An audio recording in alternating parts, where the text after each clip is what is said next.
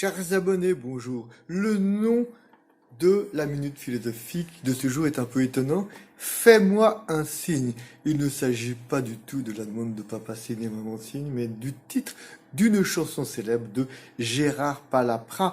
Ce thème du signe m'a été inspiré par des remarques de ma minute philosophique d'hier sur les signes de la fin des temps, et des auditeurs, des auditrices me disent « Mais ne vois-tu pas que tous les signes sont là ?» Alors revenons sur la question du signe.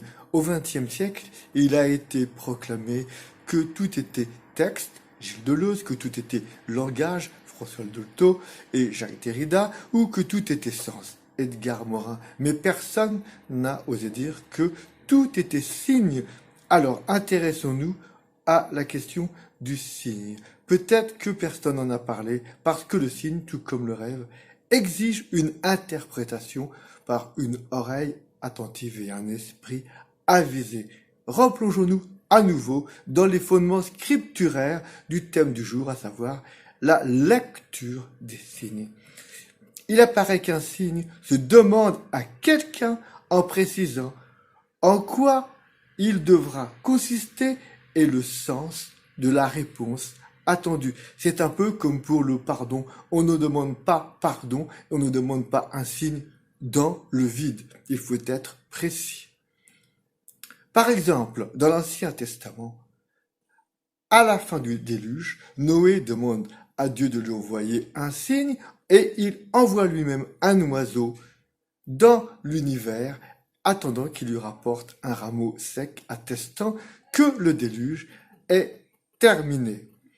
Ou encore, dans le livre de Juges, chapitre 6, verset 36 de l'Ancien Testament, Gédéon, qui est appelé par Dieu, lui demanda un signe en plaçant sur l'herbe sa toison de laine et il lui dit « Si c'est vraiment toi qui m'appelles, que toute la prairie soit inondée de rosée demain matin, mais pas ma toison. » Ce fut le cas le lendemain matin, mais cela n'a pas suffi à Gédéon. Et il a dit, je veux un autre signe pour vraiment être sûr.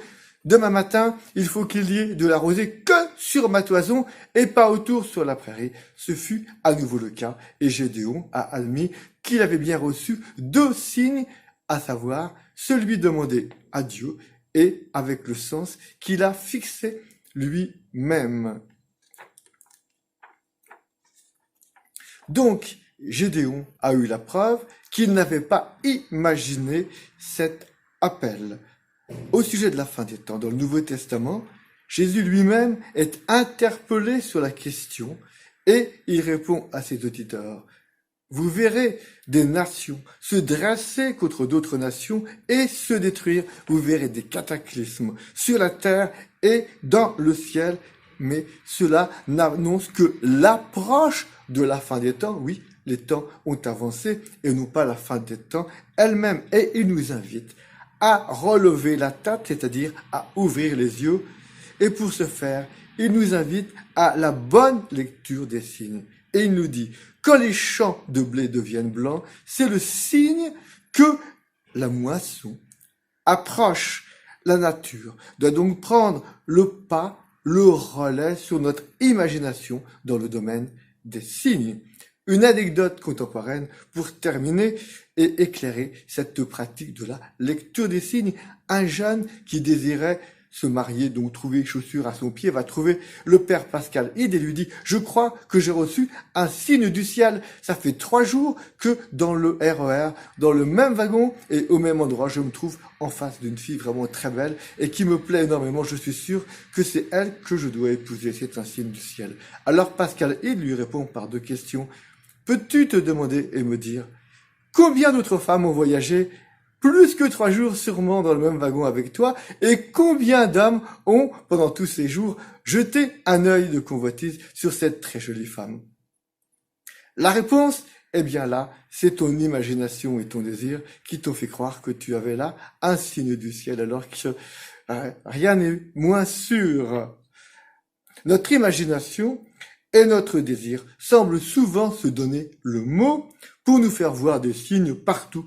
Aussi revenons plutôt à Gédéon et au signe de la toison avant de montrer du doigt ceci ou cela et y voir un ou des signes. Chers abonnés, je vous laisse méditer sur la toison de Gédéon et revenir dans nos commentaires pour nous faire part de votre méditation. À très bientôt, comme d'habitude.